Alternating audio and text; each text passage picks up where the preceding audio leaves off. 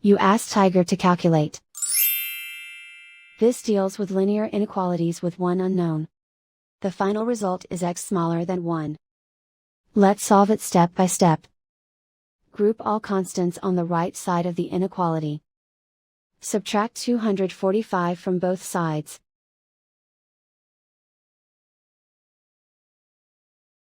Group like terms.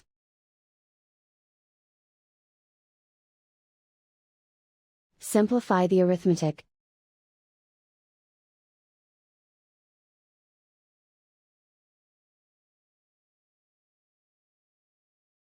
Convert the x into a positive number. Multiply both sides by -1. Whenever you multiply or divide by a negative, reverse the inequality sign.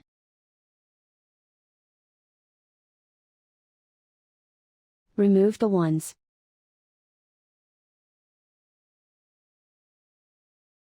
Simplify the arithmetic.